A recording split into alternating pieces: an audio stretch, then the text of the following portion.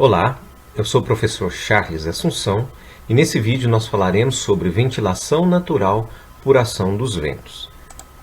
No vídeo anterior nós vimos que a ventilação natural ela ocorre por dois fenômenos, pelo efeito chaminé e pela ação dos ventos, que é o que nós veremos nesse vídeo. Essa figura mostra a composição do escoamento dos ventos sobre um edifício ou um galpão ou um prédio. Vejamos, nós temos aqui na primeira parte o escoamento principal. Esse quadrado está representando um prédio, um galpão, um edifício que será ventilado de forma natural.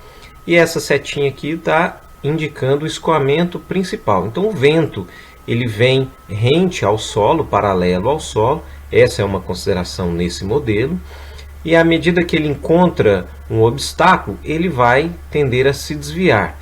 Vejam então que ele sobe, ele não vem rente à superfície horizontal aqui do edifício, ele sobe um pouquinho gerando um espaço vazio e ele vai demorar um determinado, ou vai levar uma determinada distância a voltar ao seu perfil normal de escoamento. É importante ressaltar que a ação dos ventos na ventilação natural ela é predominante em lugares e galpões, edifícios em que haja bastante espaço, em que não haja obstáculos próximos ao prédio, porque por isso que nós estamos vendo aqui, qualquer obstáculo vai tender a fazer um desvio do escoamento principal do vento, reduzindo então o efeito da ação dos ventos sobre a ventilação natural. Se a gente imaginar que próximo a esse prédio nós tivéssemos outro prédio, esse vento não incidiria de forma direta. Isso a gente vai ver com maiores detalhes um pouco mais à frente. Mas então vale ressaltar que esse mecanismo da ventilação natural ele vai ser mais importante em condições em que não haja vizinhos próximos ao prédio a ser ventilado. Nós temos como consequência desse desvio um outro movimento, um movimento secundário, que é o movimento de redemoinho. Vejam aqui como existe esse desvio. Então a gente vai ter uma região como se fosse um vazio aqui, e nessa região vai haver uma certa recirculação de ar, e também bem no canto aqui, ó, próximo entre a superfície do prédio e o solo, nós teremos também uma região de redemoinho. Essas regiões são regiões muito fracas em termos de ventilação. Nesse ponto aqui a gente não vai ter uma pressão tão alta incidente, e nessa região aqui, ao invés de ter uma pressão mais negativa, nós vamos ter uma pressão menos negativa, porque esse retorno do escoamento vai fazer com que haja uma tendência do aumento da pressão nessa região, reduzindo então a diferença de pressão entre os lados e por consequência reduzindo o efeito ou potencial do efeito de ventilação natural pela ação dos ventos. Compondo então esses dois escoamentos, o escoamento principal com os redemoinhos, é esse o produto que nós temos aqui.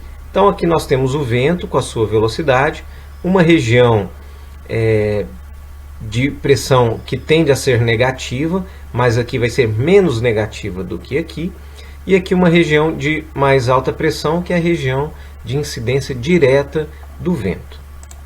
Analisando esse fenômeno sobre dois aspectos, sobre escoamento externo e escoamento interno, aqui a gente faz um zoom para entender um pouquinho mais do escoamento externo. Então vejam aqui novamente, esse quadrado está representando o prédio, o galpão, o ambiente a ser ventilado, e aqui nós temos o fluxo laminar, o escoamento laminar dos ventos, sem influência de qualquer equipamento ou prédio adjacente.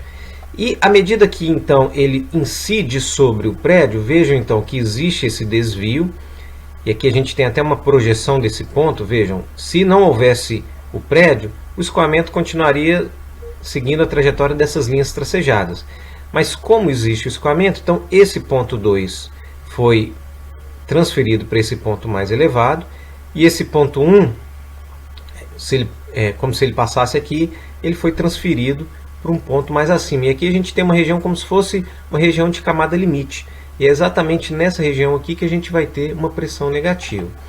Nessa região, aqui vai ter uma região de transição, vamos dizer assim, que é a região de desvio, e uma região de incidência direta, onde nós vamos ter a pressão positiva máxima. que é a pressão dinâmica, devido à pressão dinâmica, ao movimento do fluido. E aqui, de novo, vai ser uma área sem vento, porque aqui vai funcionar como um anteparo. Então, esse escoamento ele vai demorar a voltar ao seu perfil inicial, vai levar uma certa distância, e nessa região a gente vai ter aquele efeito de turbilhonamento, de vórtice, uma região de pressão negativa, mas esse efeito de vórtice vai tender a reduzir essa pressão negativa, ou seja, ela vai tender a ficar um pouquinho mais positiva. O efeito de pressão negativa vai ser diminuído e tendendo a prejudicar essa diferença de pressão. Fazendo um zoom no escoamento interno, então aqui a gente tem uma distribuição positiva de pressão, uma distribuição negativa e uma distribuição negativa também. Aqui está de forma qualitativa, a gente não consegue mensurar aqui, mas a ideia é apenas mostrar a distribuição de forma qualitativa, mas relembrando que a tendência que aqui seja, em termos de valores, a pressão aqui vai ser menor do que aqui. Em termos de valores, aqui vai ser mais negativo e aqui vai tender a ser mais positivo se comparada a essa aqui. Mas de qualquer forma vai ser menor do que essa aqui, porque essa região recebe a incidência direta dos ventos. Então veja, se a gente tem uma abertura nessa região, o vento vai entrar por ela, vai tender a entrar por ela, e aqui a gente pode fazer uma distribuição conforme a necessidade do projeto, do galpão, da localidade a ser tratada. Aqui nós temos uma abertura lateral e uma abertura no telhado, no teto. Então vejam que o fluido vai entrar e ele vai buscar uma região de um caminho menor para sair novamente, uma vez que aqui existe uma diferença de pressão. Então vejam que essa distribuição vai fazer com que essa região aqui receba uma boa ventilação, mas a gente tem regiões mortas aqui sem uma grande ventilação, uma recirculação deficitária do ar. E aí a gente tem que prestar bastante atenção nesse tratamento, tanto na entrada quanto nas saídas, para promover um escoamento mais uniforme possível, ou que abranja a maior área possível no recinto a ser ventilado. Pelo menos aquelas regiões de maior interesse. Se essa é uma região em que não passa pessoas, ou que não existe uma carga térmica, uma geração de calor muito intensa, tudo bem que ela tem uma recirculação menor. Mas a gente tem que levar isso em consideração no projeto de especificação da posição e do tamanho dessas aberturas, tanto de entrada quanto de saída. Essa figura mostra algumas possibilidades e os efeitos dessas escolhas. Então vejam, aqui a gente tem uma abertura grande, o vento sempre está da esquerda para a direita, uma abertura grande na parte superior, uma abertura menor na parte inferior. Então vai entrar numa área maior, sair numa área menor, gerando aqui um espaço mal ventilado.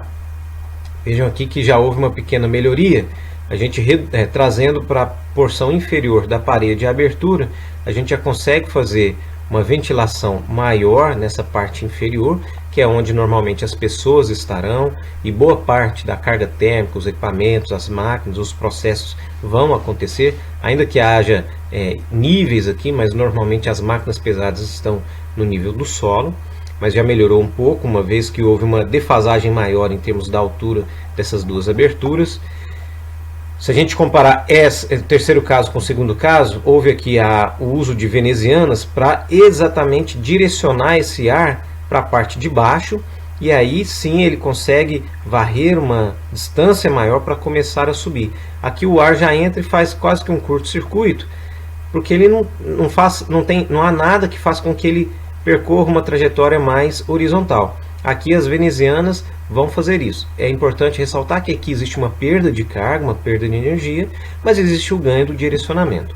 Aqui um outro caso onde a abertura é por cima, mas existe uma tampa basculante que força o ar passar na região inferior, e muitas vezes existem limitadores para uso de venezianas ou de aberturas na parte inferior. Pode ser um outro galpão mais baixo, uma máquina posicionada do lado de fora. Então existem diversas possibilidades, ou até mesmo uma máquina localizada bem aqui na parte de baixo. Então o uso de venezianas mais acima ou de basculantes pode ser mais interessante. Vejam aqui, a gente tem duas aberturas na lateral para saída, duas aberturas de entrada, uma mais baixa com o basculante, uma mais alta, além do lanternim, que é a saída pelo teto, que é uma possibilidade bastante interessante para reduzir o colchão de ar quente que tende a se formar aqui. Vejam, em todas as anteriores, essa região aqui é uma região bastante prejudicada em termos de recirculação, e isso é problemático porque vai tendendo a aquecer, porque é uma massa de ar quente que vai ficando estagnada. Vejam que no sexto caso, a gente tem aqui a saída do nível da laje ou do forro, reduz o colchão de ar quente, é o que eu já comentei, né? Saindo no teto ou bem próximo à laje, lá em cima, e aqui, então a gente tem uma abertura bem grande, ela renova bastante aqui na parte de baixo e elimina bem, exatamente porque ela está bem acima, ou, como eu disse anteriormente, o uso do lanterninho aqui. Janelas na mesma altura, forma-se um colchão de ar quente. Vejam que essas janelas, elas têm uma posição média diferente. O centro dessa janela está mais baixo do que o centro dessa janela. E aqui os centros das duas janelas estão na mesma posição. Então o ar vai tender a ter um escoamento retilíneo, promovendo o colchão de ar quente, o que é prejudicial. E finalmente aqui, janelas na mesma altura do lanternim, exatamente para reduzir também o efeito de colchão de ar quente na porção superior, mas naturalmente essa solução aqui para a parte inferior do galpão, ela não vai ter quase que nenhum efeito, uma vez que o ar não tem o escoamento ali. Aqui são alguns modelos, algumas possibilidades para a gente entender como é que funciona e quais são as disposições possíveis, pelo menos algumas. Mas o importante é que muitas dessas soluções foram sendo desenvolvidas e esse conhecimento foi sendo adquirido experimentalmente, e hoje é importante nós podermos lançar mão, se estiver ao nosso alcance, de ferramentas de simulação computacional para nós conseguirmos enxergar qual vai ser o escoamento, pelo menos o caminho macroscópico do escoamento de ar, para a gente perceber se aquele projeto está adequado, uma vez que não existe solução analítica, não existe uma equação que a gente possa usar para falar, se eu entrar com ar aqui, qual região do galpão ele vai atender. Isso não existe. Então o que existe são experiências catalogadas, como mostradas nesse slide aqui, e de forma muito qualitativa. A gente não tem muita informação do tamanho, da posição, da distância para esse slide, mas naturalmente na bibliografia a gente tem melhores indicações com maiores detalhes.